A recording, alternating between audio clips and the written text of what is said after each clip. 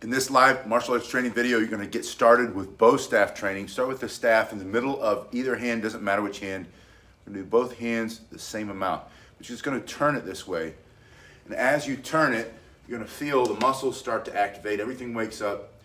This is going to build strength from your shoulder all the way down to your hand, making you a better martial artist. You're just going side to side, slow as smooth, smooth as fast. We're going to use that all the way through this bow staff training.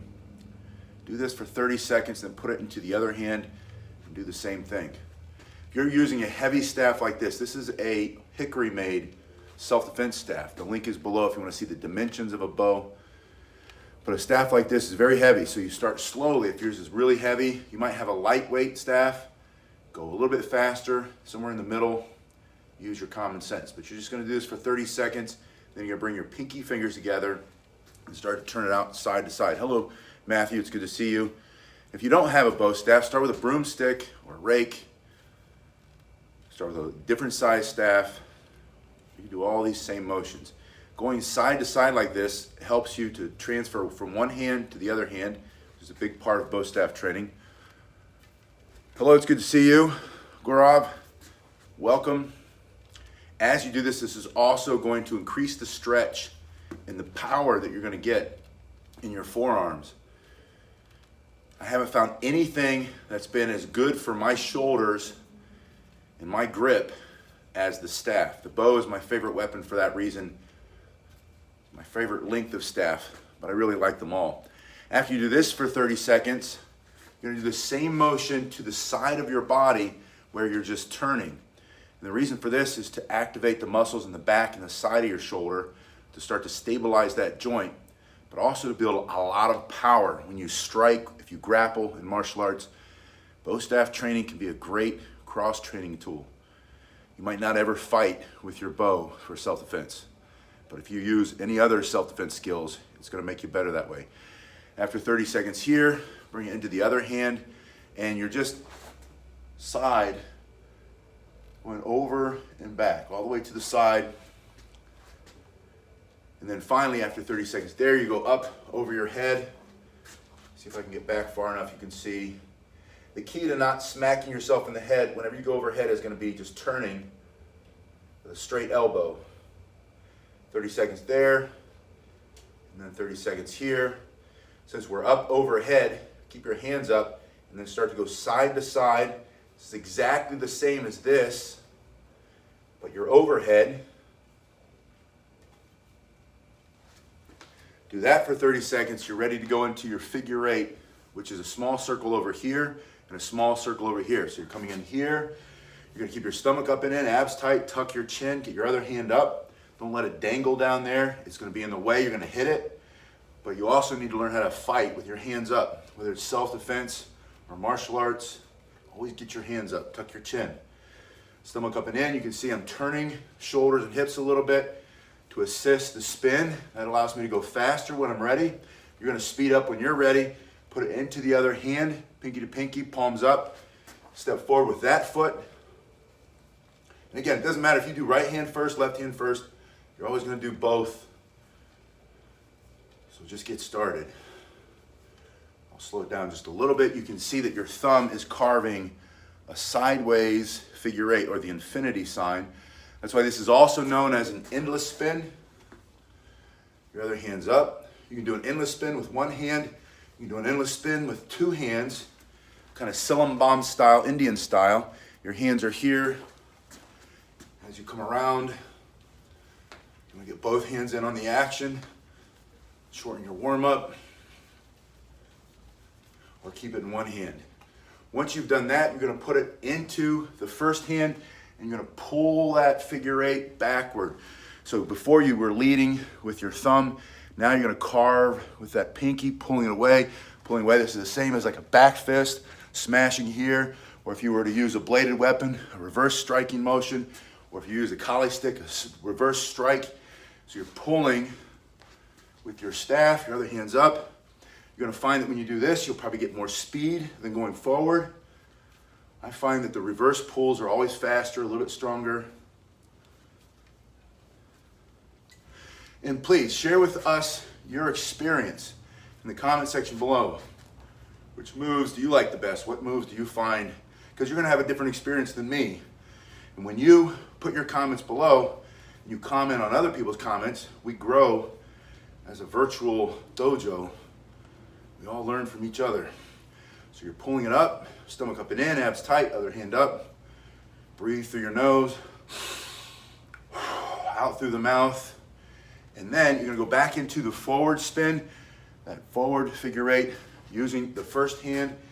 As soon as you get to the opposite side of the body, this is your right hand. When you come to your left hand comes behind, pinky to pinky, palms up. The left foot comes forward. Go to your right side, take with the right, step with the right foot, step left, step right. Now that you're starting to move your body, your heart rate's gonna go up a little higher. You're gonna start to lean your body out faster. This becomes a better workout, giving you more fitness. It's also gonna increase your focus, because if you do it wrong, you're gonna whack yourself either in the back of the head or in the shin. Put in the comment section below, where is the worst place you've ever hit yourself with one of your martial arts weapons? What hurt the most? Some might be obvious, others not so obvious.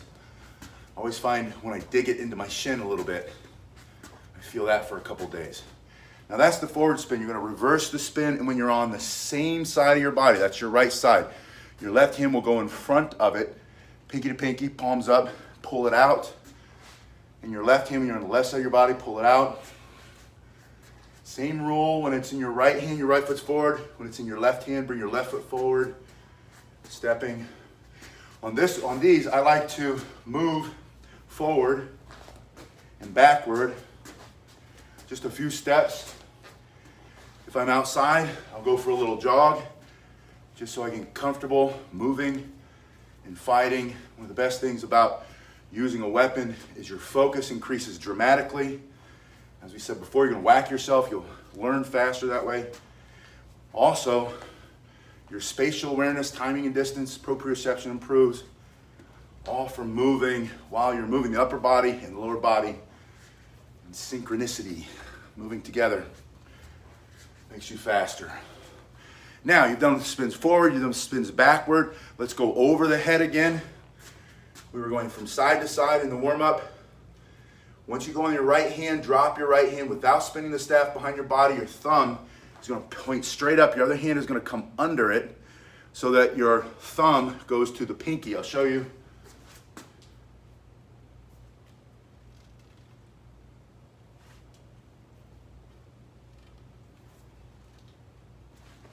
So you're just going behind the back, thumb under, pull it out.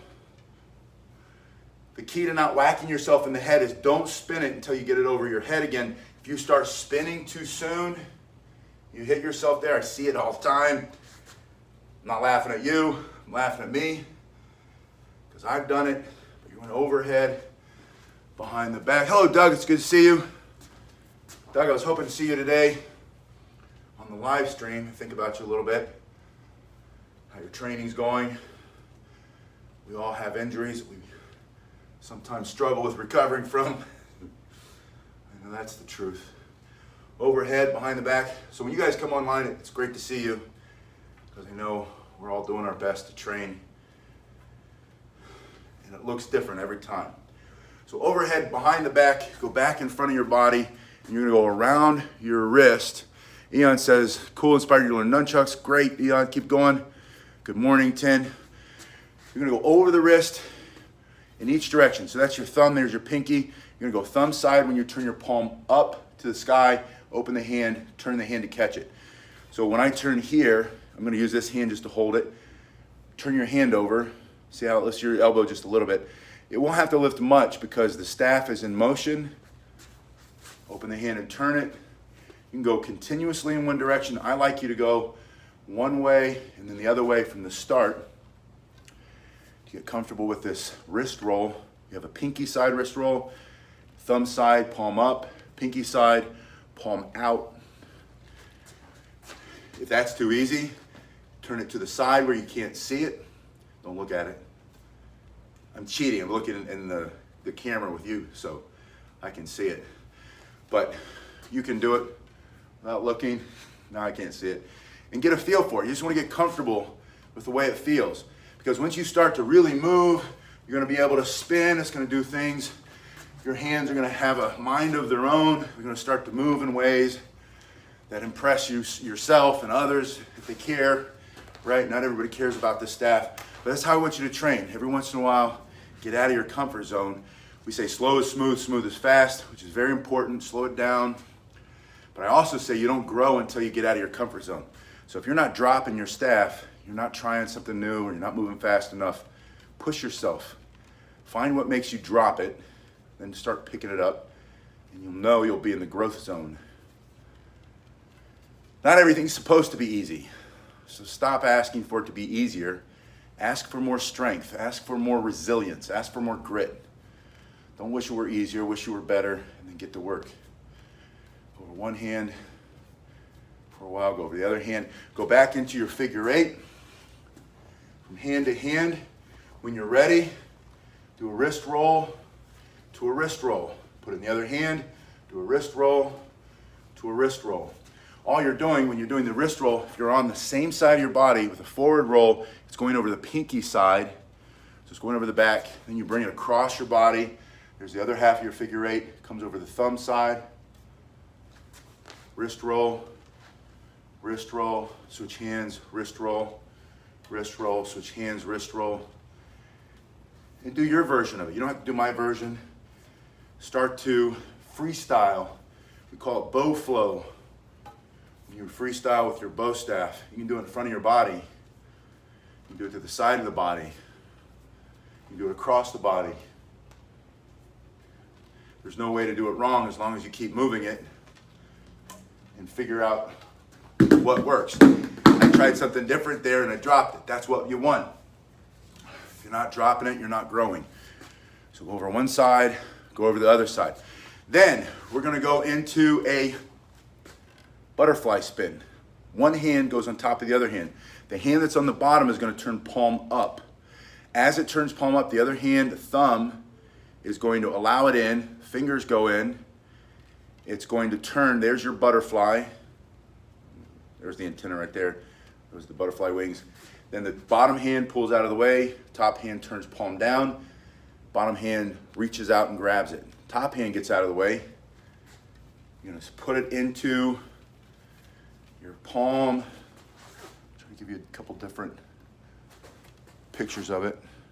But the key is the wrists stay in contact for the butterfly spin. Here's the hand. See, this is the key here. This is what I think most people struggle with, is they leave the hand in and then it runs in. It doesn't make sense. But if you get the hand out of the way until it's supposed to be there, pull the hand out of the way, hand out of the way, then it starts to work better. You can always go back and rewatch this part, turn the sound off, and slow it down. There's the little dots in the upper right-hand corner. Or I think maybe up. Yeah, it's upper right-hand corner. Slow it is smooth, smooth is fast. Matthew says the side view helps. So those are the basics. I want to talk, those are basics of the spin. There is one more basic spin that I want you to work on. This is for power in your grip. You're going to go over the backhand. That's really just a wrist roll. So let me show you that again. You're just doing a wrist roll and then you're letting the other hand come in to stop it. Palm down, stop it. Then you're going to do a wrist roll on that hand and stop it. It's the thumb side wrist roll and then stop it. Thumb side wrist roll and stop it. When you're ready, you're going to assist. So you're going to increase the speed by pushing up and pushing down at the same time. When you start to do that, I don't know if you can hear the whipping sound, especially this heavy oak or hickory staff. It's really hard to hold on to, which is what I want because I want to grow strength in my grip. Now, what's the reason for that? I'm going to show you. If you're standing behind your staff, you point it, you thrust, you can punch with the back hand, chop with the front hand, blast them in the middle. Those are all basic strikes. That's with your left hand forward. If you wanted to switch to the right hand forward, you have that little spin. And you thrust, strike, chop, change hand positions. Thrust, punch, chop, change hands, changing hands. So that's the purpose of the hands. Now, if you were really defending yourself, I would say don't spin. Spinning is good in the movies. Spinning works for Darth Vader in a fantasy movie where he's got laser beams that he's spinning, but it doesn't work in real life. In real life, I want you to stand your ground and thrust and strike and strike. And if you need to change hands, it's called hand walking. Then you're in the other hand, thrust. So your hands will never come off your staff when you're defending yourself. When you're messing around and you're playing and you're getting better timing and distance, you're doing some cool stuff and you're making your brain more flexible, and you're learning how to grow, you'll spin it all you want. But understand the difference between the two. Spins are great cross training. It's like a boxer jumping his rope or her rope. Strikes, that's for self-defense. And if you need to change hand positions, change it like that. And practice that. Get really comfortable there. You'll be able to defend yourself. You guys have been awesome. I'll be back in a little bit. Thank you very much. I have to go teach the kids.